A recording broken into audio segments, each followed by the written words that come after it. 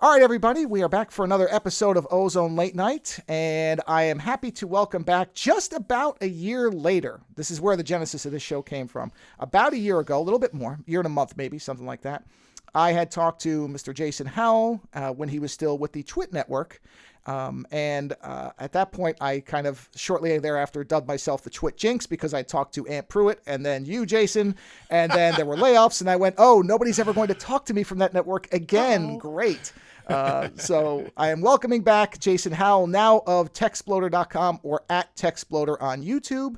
Yeah. Jason is the host of both the TechSploder podcast and AI Inside with Jeff Jarvis, who I coincidentally talked to 3 days ago and did a show with. I was not planning to have the two of you were not supposed to be in this close proximity, but as I'm sure you're very familiar with, sometimes people say, well, here's my availability, and it's just right there. Yeah, that's just how it works sometimes, and you got to go with the flow. It could actually be kind of nice. I mean, it's nice for me because, sure, we're both kind of doing a project together, so hey, double exposure, that's great. Appreciate it. Yeah. No, it was a lot of fun. I was very nervous about that because I'm like, oh, this is the first person I've talked to who's testified in front of Congress. Oh, yeah. Boy. I can't twist my words up when I'm talking to him. Oh, boy. Well, but the beautiful thing is that Jeff is just a wonderful human being, and he's super easy to talk to. And yes, he's wicked smart, and he's just a lot of fun. I love being able to podcast with him every week. God, he held up a book. I don't know if he showed you. If he hasn't, asked him for his almanac of newspapers, which is this thick. I couldn't believe it. On the video, you see my face go like this because it's one of the biggest books I've ever seen. He's like, oh, here's a prop, and he's waving this thing around. I'm like, don't give yourself a concussion, man. That thing looks big. Yeah. He'll put you to shame if you think about like I just don't read books like he does. And I'm pretty sure most people probably don't read books like he does. He reads so many of them. He writes books. I mean, his life is steeped in that culture. And so I don't know how you find the time. He's up to date on all the news, everything happening in all these different directions in the world of tech, and everything else that he does. It's flabbergasting to me how he's able to keep up with the volume. Yeah, he's got more energy than I have, and he's older than I am, and I'm sitting here going, how can you ingest all this stuff and not lose your mind? But he keeps track of it, he comments on it, he understands it, he has very nuanced opinions on it, so it's impressive. But yeah, it was a lot of fun. But we're here to talk about you. Jeff's great, but I already talked to him. Now I'm here to talk to you because, shortly after we spoke the last time, there were layoffs, but you told me that you had already been planning in the background to do your own thing, to go independent. That was already kind of a plan. It just got unintentionally accelerated by market forces. Yeah. So I mean, the way it played out was actually to my benefit because I had been conceptualizing some sort of jump into independent content creation for probably a couple of years prior to that. It wasn't like I was actively immediately ready to leave. It was just, Twit's probably not going to last until I retire, until the day I die. So it probably behooves me to know, like, what do I want to do when Twit comes to an end? And so it was really an exploration of what that would look like. And yeah, I'd say the 6 months leading up to my layoff, which happened early last December in 2023, those 6 months, and All About Android had been canceled. I could sense it, like I could smell it in the air. There was change coming.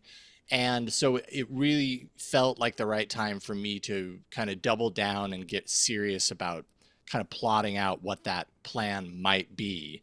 Now, when I was laid off, I can say this now with some distance, but when I was laid off, it was probably about 2, maybe 3 weeks shy of the date that I was planning on putting in my notice. So at the end of the day, it really did kind of work out for me because instead of, to be completely blunt and honest, instead of me putting in my notice and having no buffer with which to jump to this new thing, I was laid off. I got a nice severance. They really did, go above and beyond and took care of me. And it enabled me to do what I've been doing throughout the course of the last year, and far better than if I hadn't had that.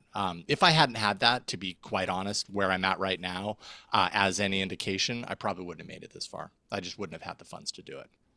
Yeah, I think that's one thing that a lot of people maybe didn't understand in the community as much is that, and I've heard this from everybody who was laid off, is that it's not like you were just dumped on the sidewalk, as happens in big companies where they're like, okay, here's two Sure, it weeks, you're happens. gone. And Yeah, so people associate that with everything. But from my understanding, Twit is extremely attentive to the people that they've worked for. There is a genuine care there. That's why it's, I know the people who love the network are hate to see them struggling at all. But oh yeah, yeah, the thing is that advertising fell through the floor. That's everywhere. It yeah. just went away because there was a podcasting rush. And then, of course, as often happens, a bunch of money invested without actually thinking about what they were doing into all these bigger things. And that just ripples downwards. And suddenly For everybody sure. wants more, all the data about the people because they didn't know how to invest the money up front. So Well, and I've it's, also heard people, looking at the Twit thing and being like, well, I guess this shows that their model, didn't work or didn't succeed. And I'm like, that's baloney, because it did work for 20 years. And then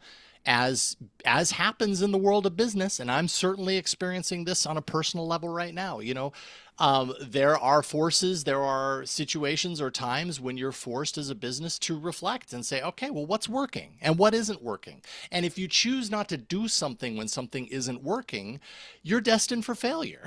The best businesses recognize that, hopefully sooner rather than later, and make a change to correct the course. And that's what Twit has done. It worked for them for a very long time. And then they hit a point to where that studio model didn't work anymore. And I give them full credit for recognizing that and transitioning. And I have all the faith and hope in the world that this kind of new paradigm of them doing what most podcasters do, which is podcast from the corner of the bedroom, like I'm doing right now, will enable them to, yes, and what you're doing as well. right. Although I don't know if that's a bedroom, but anyways, yeah, point being, our homes, finding a room and just making it work. I mean, in this day and age, that is absolutely adequate. It's really more about the content and the community than it is, the fact that you're in a big studio. It's kind of an old paradigm to have the TV studio, and Twit realized that, and they made a change. So did that make this change for you easier? Is the fact that now the idea of, okay, you're broadcasting from home is far more of a common thing? I mean, it really Mhm. was, but it is, like you said, it's kind of everywhere now, is the idea that Yeah. there's a studio, that there's a what was conceived to be a professional environment, which was always kind of a falsehood. I mean, the reality is, as you said, it's what the people are saying and it's what the content Yeah. is more than anything, Sure. because you can have a beautiful set with a bunch of airheads spewing nothing, but that's not going to be as good as No, somebody in a corner who totally. has real insight. 100%. Yeah. Sure. I mean, I think what I realize now on a personal level is that, yeah, the big kind of built up studio environment, or even on like a micro level in my situation, I have my downstairs studio. This is my upstairs studio. It's the podcast corner. It's kind of the only place in the house that I can close the door and know that no one's going to walk in. My studio downstairs is open to the entire house. And so I have to be very strategic about when I use that studio. And right now, one of my daughters happens to be home on a fall break from school. So I didn't want to, kind of burden her with, all right, be quiet for the next hour, although I do that sometimes. But what I've realized in that situation is kind of a little bit of what Twit has gone through, which is when I came out of the Twit environment, which was completely built around big TV studio, lots of large equipment, staff to manage it, all this stuff. There's a level of quality that you get out of that type of environment. And I think ultimately at the end of the day, that's what Twit was really shooting for. They wanted to be seen as a technology podcast network that had elevated quality compared to what you'd find elsewhere. And the studio really empowers that and enables that. Me going out on my own, that's the paradigm that I know. And so my initial kind of thought was, all right, well, then I've got to buy some really great cameras, and I've got to, build up a really great studio here and make it look as good as possible. And when I edit videos, I've got to really polish them and I had to do all these things. And the slow lesson that I've learned over the course of the last 9 months is that really that stuff matters a whole lot less than being authentic in your content, actually creating something that someone wants to listen to or wants to watch. And yeah, it's been a real eye opener. It's certainly for me exposed a little bit of that kind of legacy thinking, and I've had to really work, a lot of effort reprogramming myself out of that kind of old view of, no, but I've got to create this high quality, polished to the nines sort of stuff. And and switch over to, is it good enough to make people happy? Because if I attach myself to the former, I'm not going to stay in business. There's only one of me, and I'm used to the paradigm of having a lot of people and a team. You know, it used to be I created the content, and then once I was done on a set, finished my podcast, all of that work that follows, publishing, editing, you know, all the stuff that you know very well, that went off to another person, and I could continue thinking about the content and creating new things for, you know, writing new things, that sort of stuff. Now I don't have that luxury. Now it's all on me, and I have a limited amount of time in which to do it, and that's been my ongoing struggle. And let me tell you, it's been a struggle. It's really challenging. Yeah, I was going to say, being a one person complete shop, that, you know, that I used to do a lot of heavy editing just on the audio, where I would cut every little pause out and every little and I gave up on that. Yeah. Oh, it was hours. I mean, it was hours for and that was when we were only doing shows for about an hour. Now we have shows, our normal shows are 2.5 to 3 hours long. I cannot possibly bother to edit anything that far, because it is, as you said, most people don't really care. I think at one point there was this idea that, oh, you don't want to say, you don't want to pause, you don't want to stutter, because, you know, you want to have everything like perfectly polished. But as you said, I don't think people ever really cared as much about that as some people perceive that they did. I think, as you said, a lot, if something's entertaining, because there's so YouTube content now that is intentionally crappy. And what I mean is they design it to look janky and to have a lot of harsh cuts and cutting things off, and they use it for humor and other things. And I actually enjoy that, because it has made people more comfortable with, not everything has to have a perfect transition. Now, don't get me wrong. I still, because I have a heavy visual background, every little thing bothers me. I literally was doing a thing in Premiere where I was moving a lower third so that there was no gap between the bottom of a border and the lower third. Will anyone really notice that? No. But I know it's there, and so it bugs me. Yeah, I hear you. Yeah. And I'll get a template in place. I mean, that's the other thing, is I think for anybody who's doing this, is start getting a workflow template so that you can quickly just slot things in and change a few things. Absolutely. So what were the biggest adjustments, as far as, what were the things that really hung you up when you started this, as far as, okay, I'm making the content myself. What was the most miserable point of it? Was it time management? Was it getting used to doing all the editing? What was the single worst element of it? Worst. I mean, worst is a hard one for me to come up with, because I've been really trying to lean into curiosity in all of it. There are things that I enjoy less than others, but I'm also learning when I do them, and that's okay. Like often that's enough for me to know that, like, this might not be my favorite thing in the world, but it's important for me to learn, you know, the scope of everything.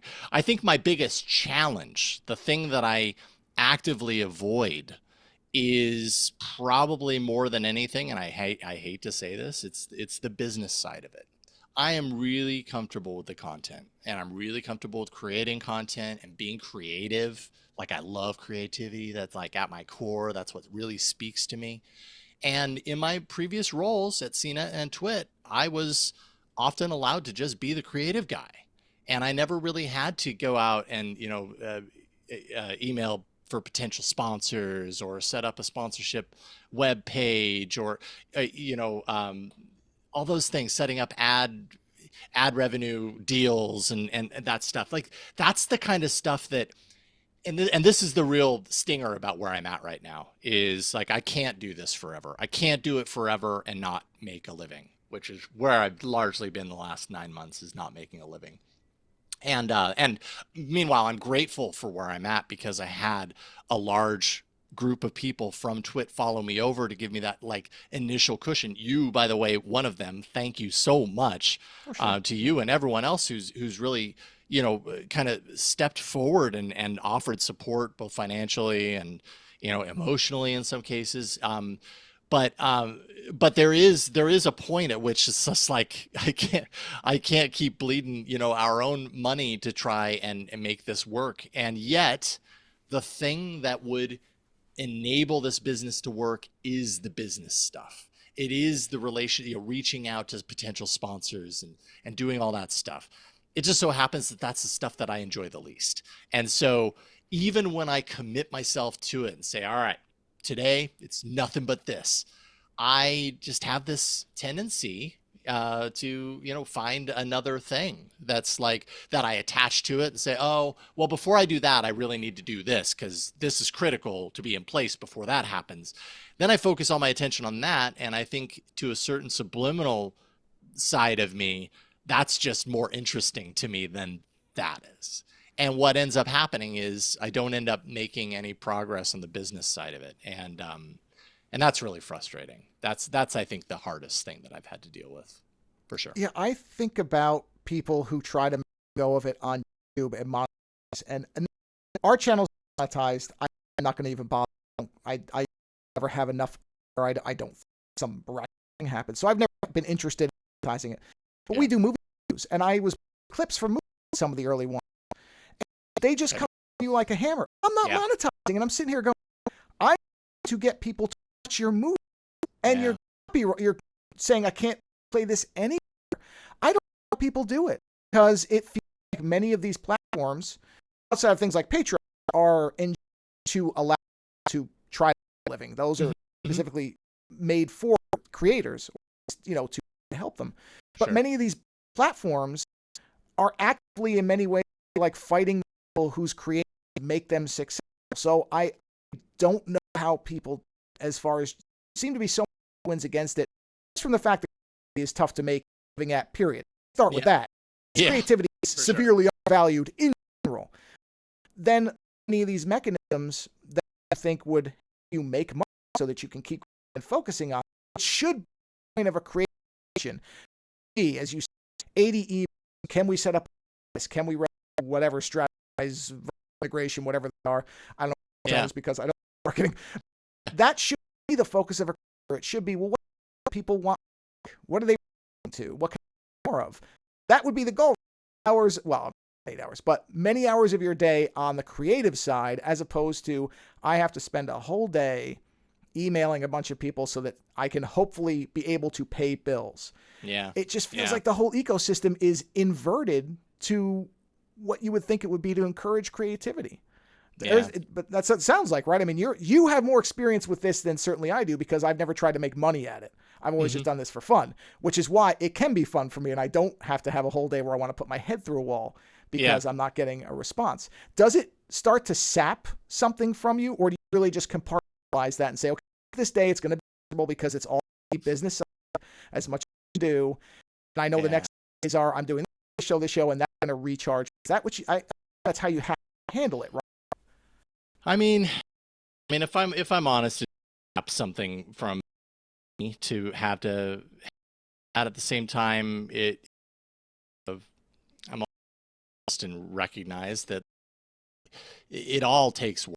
Like, to creativity, something that a creative scale, hoping to make a living of it, and not accept that there are things that are attached are not necessarily in the same way. Like that's just a part of of what we do. We have to go out and doors in certain industries. Creativity. What I'm realizing is with creativity, that's the truth. Either that or something that's into taste or reality or whatever. Way that kind of propels what you're creating into a new spotlight of sorts. Something that one of the lessons that I learned, or one of the things that I noticed, maybe not lessons, things that I've noticed about what I've done since I was late at Twit is that on the podcast, it's a lot of growth. The podcasts themselves have reasonable that mostly kind of came out of launch, and really hard to get people through the door, right? All these people that have been exposed to me through the Twit and CNET, and that's amazing, and I'm so grateful for that. But the way I can ensure business out of this is to people. And podcast, as we know, takes years to do a podcast. It's not like I'm going to do a podcast for 3 months. It's going to go through I'm immediately going to have a cash cow. Like it takes years. It does. And but the flip side of that I've is that place that I see growth is YouTube. That's because YouTube has algorithms that they use to kind of put creators' content into new people's eyes, and that algorithm slash audience is working really hard for creators if you know how to work with it. So any of the growth that I've seen in the past 9 months, outside of the initial launches of the podcast, have really been YouTube, which has me really, if I'm completely honest, because I told you before the show, like I'm at a really interesting point right now where I'm recognizing 100% I do not have unlimited time to make this work. I am going to reach a point, and I'm still trying to figure out where that is, where I can no longer see if I can make a go of it. You know what I mean? And so I have to look at things and go, yeah, I'm kind of in a point of position of where Twit was at, which is like, I have to look at my business. I have to go, what am I spending all my time on? And is it worth my time to spend my time on that versus something else that might have more possibility of making it work? If I have a limited amount of time left to make this work, how can I ensure that I use that the most effective way possible? And that's really where my mind is at right now is, okay, I might have to make some changes, and I don't want to, but I might have to if I truly want this to work. Otherwise, I might have to go work for someone else, which isn't the end of the world either, but it is the reality. It's just where I'm at.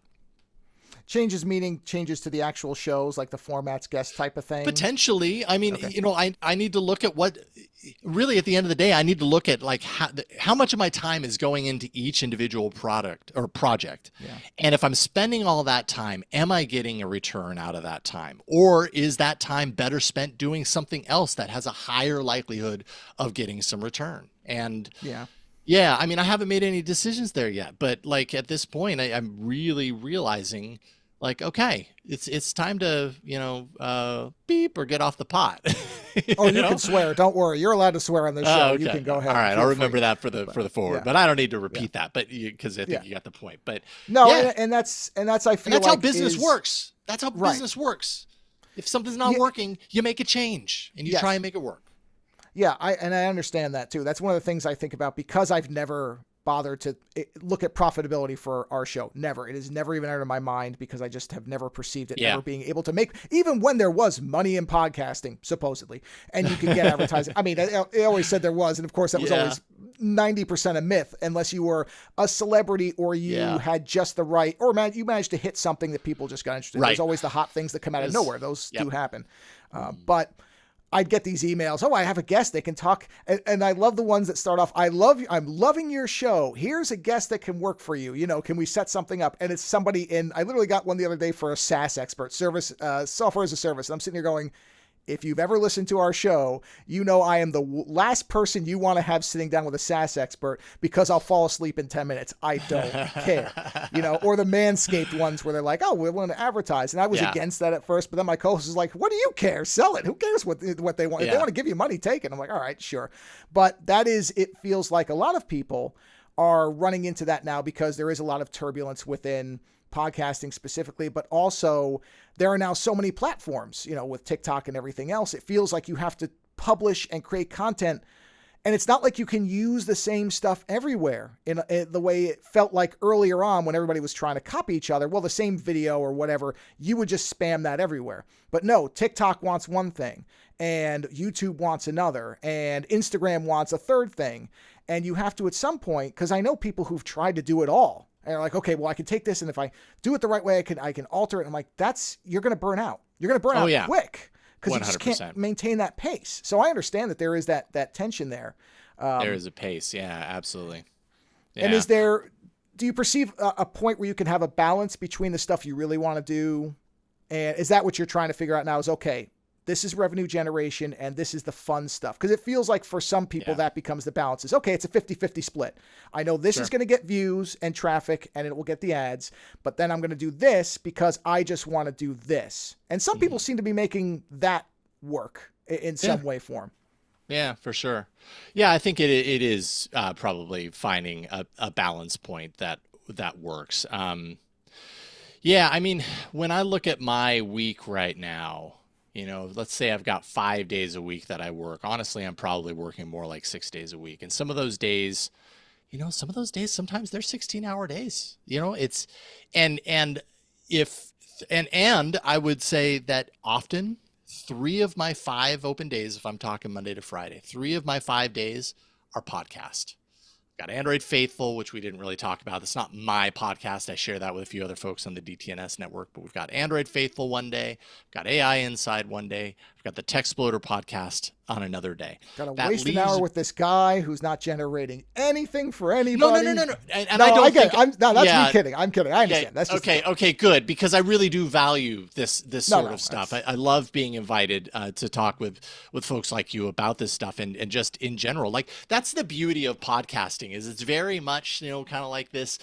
I come over here and talk to you, and you come on and talk to me, and like there's a relationship / community about it that I love. It's one of the things that I love most about podcasting, is the community aspect of it. So no, I do highly value taking the time to do this stuff. But going back to the time that's remaining, right? Like, then I'm left with my Monday and my Friday, and the business stuff is really important. But then I've also got this YouTube page that I've got to feed with other content, because that's another prong of what I've been trying to do. And that requires, kind of touching on what you were talking about earlier, that requires conceptualizing a review or whatever the heck that's going to be, kind of writing out my points, recording all the pieces, both A-roll and B-roll, throwing it on a timeline, editing it better than just the sloppy one pass thing, which, what I've realized for me in editing, probably because I'm a little slower than others, but it's going to take me a good, if it's to the level of quality that I like, it's going to take me a good 6, 7, 8 hours to do it right on, a highly produced kind of thing. I mean, that eats up, if I didn't have the business right there, that would easily eat up those 2 days and then some. And then you're talking about the shorts, you're talking about the different social media platforms and how you choose to market what you do there. Are you using TikTok to be authentic and to record, kind of behind the scenes, like, hey, today I'm doing blah, blah, blah, or are you using it as a promotional platform? So you're pulling out clips of your podcast. That takes time. There's all of these avenues take so much time, even when you have tools that are intended to make it easier, which they do. Like there's an AI clipping service that I use called Opus Clip, and it's fantastic. It's all in the browser. It's basically I send a link to my latest YouTube video, and it scours it, and it comes up with 20 to 30 little clips pulled from the transcript that it's created, and you have your own timeline there and everything. So it does streamline the thing. But it still takes time. Like, if you're given 20 to 30 clips, it still takes time to preview all of those clips and figure out, put a heart next to the ones that you want to go back to. And then you open them up and you do the edit. And I mean, you're talking half a day just to do some of the promotional stuff on a single episode. And I assume you have to pay for that too, right? Is Opus Clips free? No, it is not free. That is the great thing that I've realized. I'm like, oh no, I hate how well Zoom works for some of the stuff I'm doing, because I have to pay for that if I want to keep using it. But it works really well. That's the worst part about some of these really great tools, is when you realize, oh, this makes it so much easier, except now I have to pay for it. So especially if every dollar is being tracked as far as, well, am I making enough to cover this? Yeah, then finding a service that you like that you have to pay for almost sucks. It's almost better to have not known about it and just do the work, because it wasn't costing you anything but your time. And we all, as creators, devalue our time. It's one of the worst things that almost all creators do, is we don't value our time enough, which is just, it's a human thing. But it does, there's that point where you sit there and go, oh no, this tool saves me like 4 hours. It costs $40 a month. What do I want to do here? Because I need to cover that, because you have to, that's the other thing. I think a lot of people, they look at these videos and they think, oh wow, well, they must be really good. They put these together in a couple hours. There's nothing to it. There's a ton to it. This is all the time that you put in, which has value, and you have to get a return for it. I think this is exactly what you're talking about. And that's, again, why I'm kind of happy that I never bothered to monetize, because I think I would have just stopped. Because I don't know how your parents react to it, but my mom's like, why do you still do this show every week? You're not making any money from it. Well, because it's fun. Because I enjoy it's it. fun. Yeah. Yeah, it's fun. But if it was a business, I would have been under a year in. I would have been gone. It would never have happened. Yeah, I mean, a lot of what you probably read out there if you go looking into, starting a content creator or getting into becoming a full-time content creator, a lot of times what you will find in people's advice and everything is don't leave your job and become a content creator. Like, and expect for that to be, like you may be great at what you do, but just up and leaving and saying, all right, I'm done at my job. I am now a content creator. I'm full time. I'm going to create content. It is going to take a long time, except for the random, like we were talking about earlier. If you're a celebrity or you have a flash in the pan moment that, suddenly gains you a lot of subscribers or whatever the case may be, it's almost always better to start something like that while you're gainfully employed and do it on the side. And yes, you kind of have to hustle to make that happen. But then at a certain point, you might reach that inflection point where it's like, okay, now, I might not match my current income, but I'm getting close. I can afford to cut that off and now really focus on it. And, and so then I look at kind of my situation and like, part of it is that I didn't really have much of a choice because I was laid off. So it was kind of the perfect time to do it. But I have to, I have to be okay with the fact that like, this is kind of common knowledge. It's not easy to just say, I am now a full-time content creator and to make that work. I was talking with, a friend of mine who is at this point a pretty well-known content creator. And I don't know if he would want me to share this, so I'm not going to say his name, but, and he basically said, it took me 2.5, almost 3 years of focusing on content creation to make it viable as a full-timer. And he said, the only reason I could do that is because my wife makes a lot of money and she was willing to support me during that time. And I was fortunate to have that. And now he's doing great. Do you have 3 years? I don't have 3 years. That much I know. I wish I did. And then there's the other aspect, which is kind of the stress level of things, which is, like I said, I'm often working 18-hour days, and I do it because I truly, in my heart of hearts, want it to work. And I want to kind of see some success out of it and go, okay, this is working. But I feel the stress of it all, and I'm not getting any younger, so I have to really ask myself, like, okay, at what point is it just kind of too much? Because there are some weekends, where talk about protecting your time. I have a family. I have 2 daughters and a wonderful wife, and we have, we love to go camping and doing all sorts of things. And sometimes I feel the pressure of, well, I want to do that, but I really need to get this out. And, yeah, I don't know. As I get older, that becomes less and less appealing, I think. Yeah, the balancing of time is, because I think a lot of people look at this stuff like, oh, it must be fun to do a podcast. And don't get me wrong. It is fun. Yeah, this conversation is fun. Yeah. Then the work starts. Then it's okay. Now I have to, like you said, put this in the timeline and go through it. And that is, I think, and this is kind of my larger point, and it's something that I'm actually happy that you're talking about, is all of what's behind the things that people consume. And I think that's the right word for it, because often people consume it. And I've said this, I'm sure you've said it in some version, is support these people because it doesn't just come out of nowhere.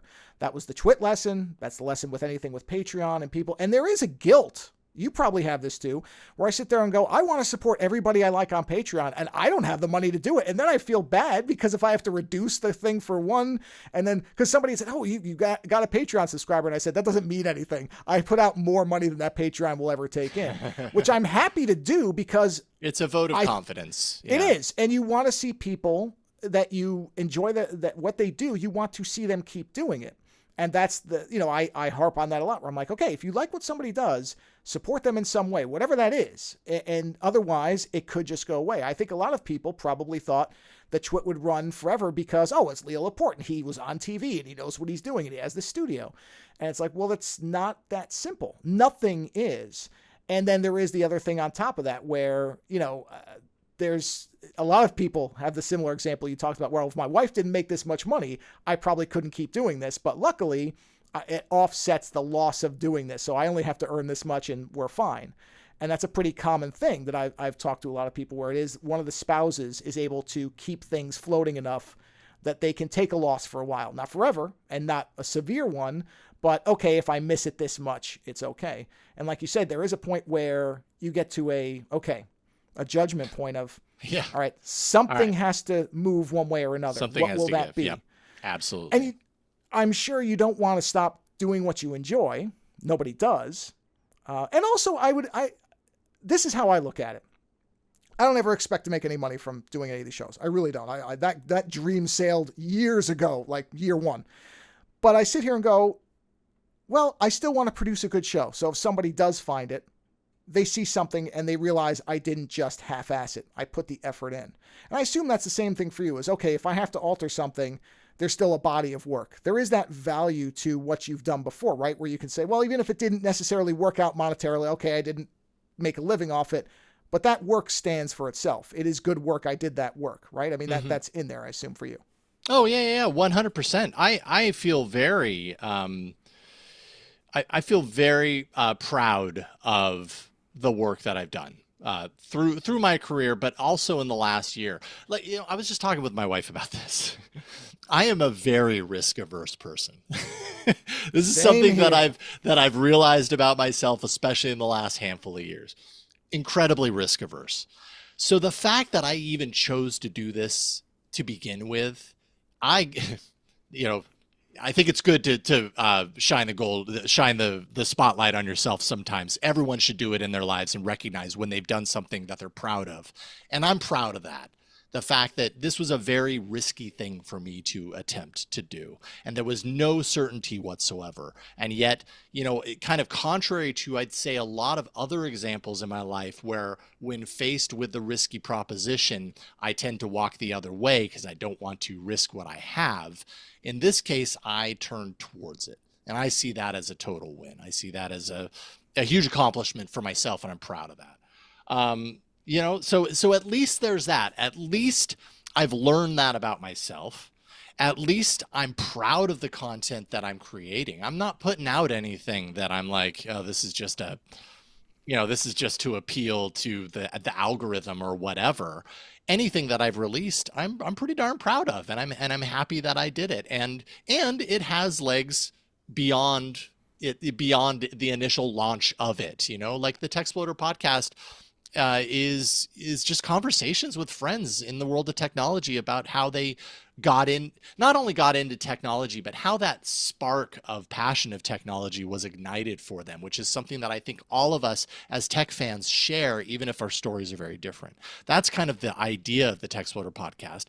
And any of those interviews are going to be enjoyable to listen to, and I'm happy that I had them, and I learned so much about everyone that I talked to, regardless of if there were no more interviews, let's say, like, I'd still be very proud of those. And yeah, so that certainly lives on.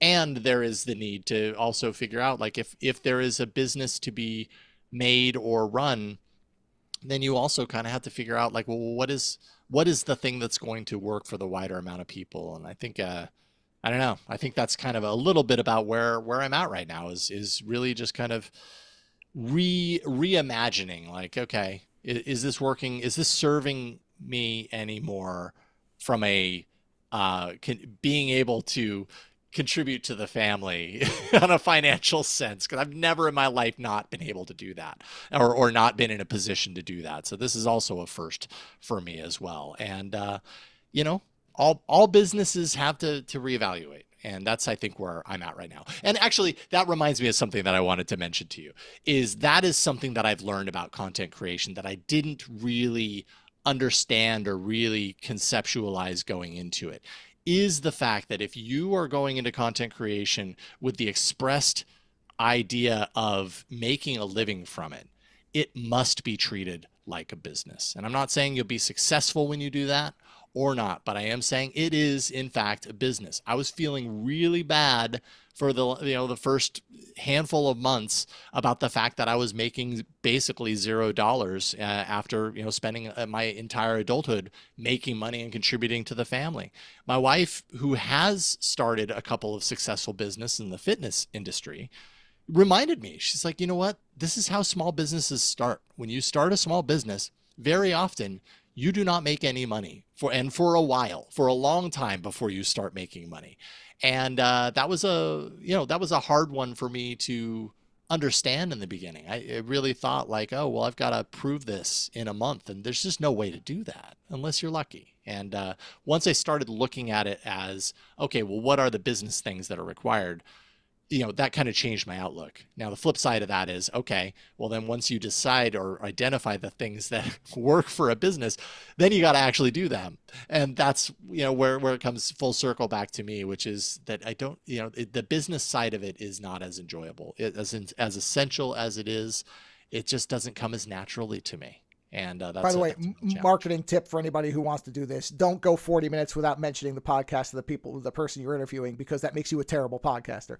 Because I just realized, I'm like, I never brought up the show except at the beginning of it. No, because I do want to promote it. That's one of the reasons I try to take what minuscule influence I have and be like, people should be seeing this person, seeing their stuff. So the text you mentioned it at the top. I'm not worried. I did, but I like to bring it up anyway. I mean, just to remind people, and I'll have links to it in the show notes and everything like that. So initially it was just TextPloder, right? Were you the AI Inside that came later? That was quickly, but was that always planned, or was it your kind of foundation was TextPloder and you recognized, well, there's interest in AI. If I can do a show with that, it might drive the traffic. Maybe that was a business decision, which would be a smart one right now. It's a little bit of both, but the real timeline was I got laid off. I immediately joined Android Faithful.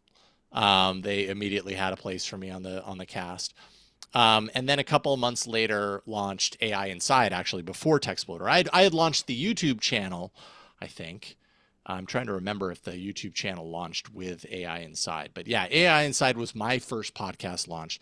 The reason that launched was because Jeff Jarvis and I, my co-host Jeff Jarvis, were kind of workshopping that exact podcast for Club Twit. At the time that I got laid off. Because you had done a series of like hangouts with Jeff where you talked about AI, right? And it wasn't Club only? For all intents and purposes, we were doing the podcast in Club Twit. We just hadn't officially launched it. And I think in hindsight, looking at it, I realized the official launch didn't happen because I think they saw the writing on the wall. It didn't make sense to put all of that investment of time and resources and everything into making it official. But from our perspective, Jeff and I's perspective, we had been doing that podcast for probably 5 months. And so then, when I was laid off, I asked, I just basically said like, hey, would you mind if I took the name and the podcast and we launched it? And they were awesome. They gave me basically everything I asked for. I could tell that they did not want to let me go, and they made that abundantly clear. And so, I was graciously offered the ability to continue this thing that I started developing inside of Twit. And so that made the most sense to launch it. On top of what you're talking about, AI is a very big kind of big aspect of technology right now. There's a lot of curiosity. There's a lot of interest. There's also a lot of pushback. It's kind of got it all as far as lightning in a bottle sort of thing. And so it made sense to launch something like that. The TextPloder podcast came a little bit later, probably a couple of months later, when I basically took my YouTube channel and rebranded it essentially as TextPloder. Previous to that, it was the Yellow Gold Studios, which is kind of the name of my content company. But that didn't really say anything about what you're going to find on a YouTube channel. Like Yellow Gold Studios could be anything, and I wanted something that really said tech and technology, and TextPloder kind of seemed to be it. So I launched the YouTube channel. A week later, I launched the podcast, and it's been going kind of ever since. I can't believe you got the name. That seems like such a great name. I can't believe nobody had it. Dude, tell me about it. Yeah. It was one of those things where I specifically remember this was while I was still at Twit. I was out for a walk. I think it was post All About Android, being canceled. And I was out for a walk with my dogs, and suddenly the word TextPloder popped in my head, and I was like, there's no way this isn't taken, and I did the hover search, and TextPloder.com, it's totally available. I did the YouTube search. No one has it. Like I was blown away. I was like, wait a minute, this makes too much sense. How did someone miss this? But yeah, very happy about that.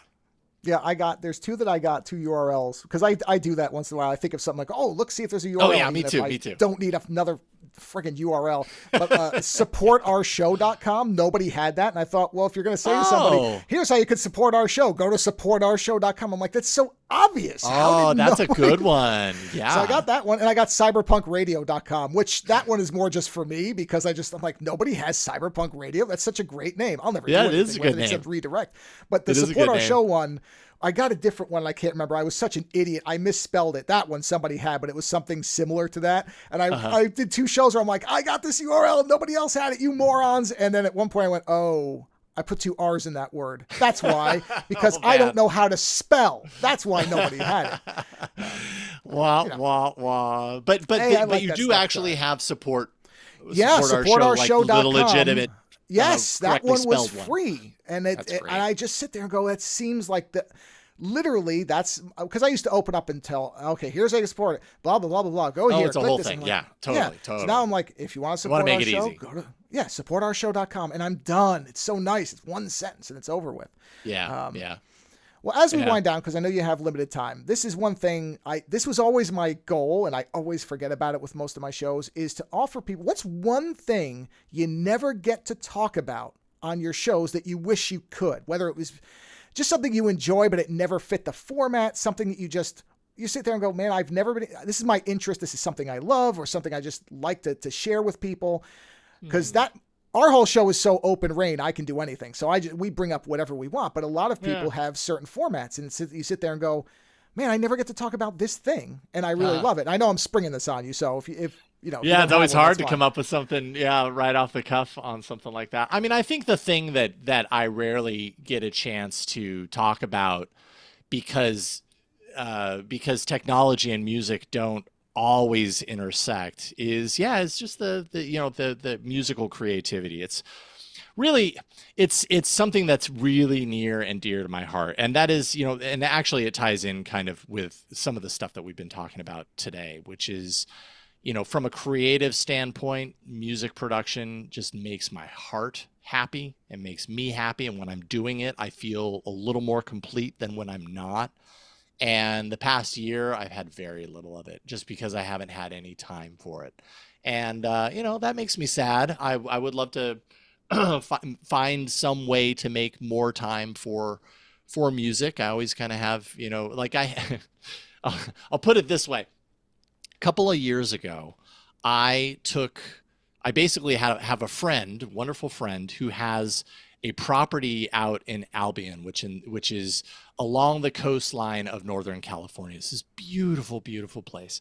And he has this amazing property. There's actually 2 houses on his plot of land. And he had at one point had said, hey, if you ever want to go out to this property and just hang out or take the family or whatever, it's open to you. Just let me know.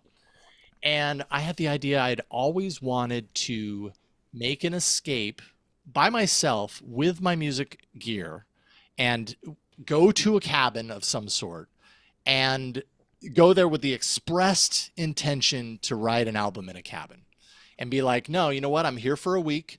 I have nothing else to do, but I'm surrounded by all this, the environment that's inspiring. I'm surrounded by all the instruments and the technology that I brought to facilitate recording things. And maybe I don't finish the album, but maybe it inspires me to write a bunch of the bones, the pieces of these things that I can then go home and finish. And so I finally did it. I asked him if I could do that, and he said, oh, absolutely. I ended up going for 5 days. It was so wonderful. I went through the process of walking through the 2-story place and identifying what is the room for the studio. Okay, where's the vocal booth going to be? Okay, where's the and like piecing it all together and getting it all right. And I had my food downstairs when I needed it, and it was just beautiful. And I ended up recording 6 or 7 songs, and I have a whole album's worth at this point of songs that here we are almost 3 years later, and I have not released them, primarily because I don't have the time to put the finishing touches. They aren't quite there, but they're close, and they just need focused time, focused attention. And, this past year, I would have hoped that I could, because I'm working for me now, make the time to do that, but I'm so consumed with other things that I just don't have any more time. Like, it's not just time. I don't have any more me left to give it, And so I think that's something that's really top of mind for me, is not to let perfect be the enemy of good enough, and to just make the time to get in there, finish them enough, and get another album out, which is, something that I haven't done. I think Fever Dreamer came out, I think 2017. And I just find like recording and releasing albums is a really good, it's almost like journal writing for me. It's like I can listen to an album of music that I've created, and it takes me back to the place that I was at. I think I just heard an animal. I don't know if my dog's in here. I didn't realize that. It takes me back to that place in time. And it's, my dog is totally sleeping and whimpering underneath the bed. Oh, that's fine. I'm used to that with my dog. Having a dream. She'll go crazy when she's dreaming. I'm like, what is going on? But yeah, that's fine. That's so funny. I didn't even know she was in here until just now.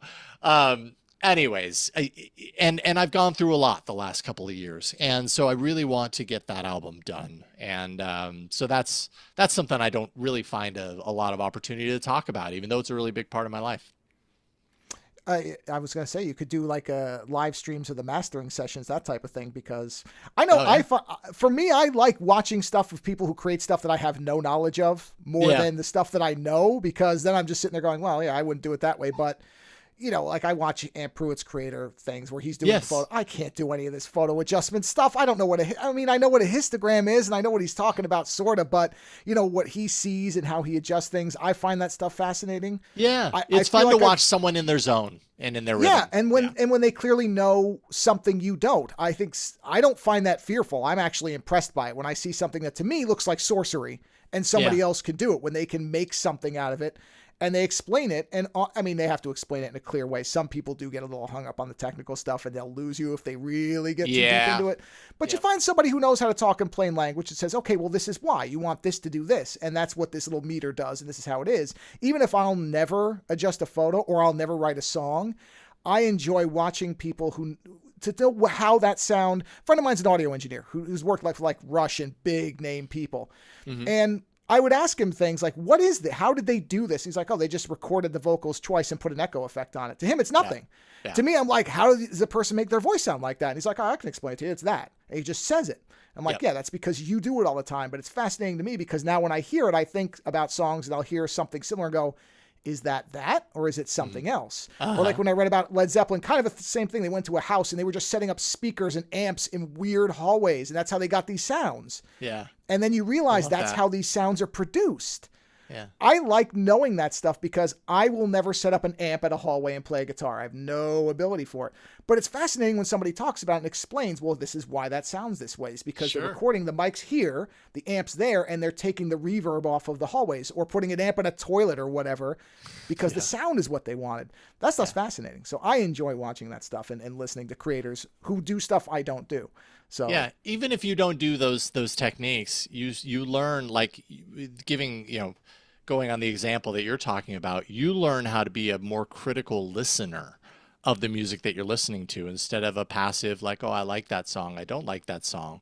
Now suddenly you have a better understanding of the process and the effort or the the attention to detail that goes into creating every minor kind of what seems like a minute piece of that song was probably sweated over and deliberated over, or there was some sort of technique that went into making that the way it was, or the choice to include it versus not, or there's a million different directions in the world of audio production creativity, and I've found that it makes listening to music a lot more enjoyable when I know how it was, some of the techniques and how it was made.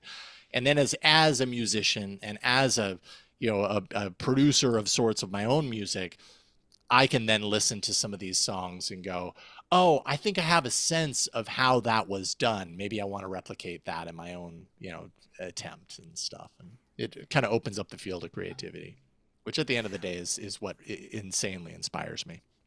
Well, let's end on an inspirational note then, because I know we're at time, and I appreciate you taking the time to come on. I will tell everybody, techsploder.com or at techsploder on YouTube.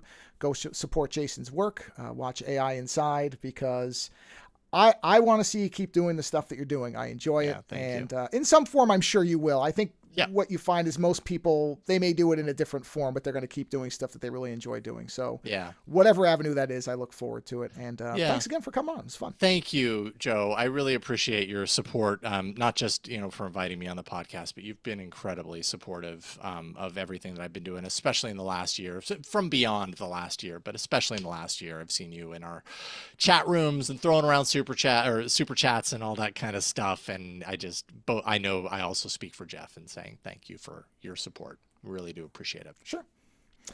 So again, techsplorer.com, at TechSplorer on YouTube for all of our back content, so you can hear me ramble on for hours and hours about nothing important, because it never is. That's ozonenightmare.com. And thank you for listening / watching. And I'm sorry, I can't do anything about this, but this is what they want on video, folks. I was going to say, they asked for video. This is what they get. People want to see. Oh, we want to see you. There you go. Revel in it. All right, Jason, thanks again. Everybody else, take care. Thank you, Joe. Thank you, everybody. We'll talk to you next time. Take it easy, everybody.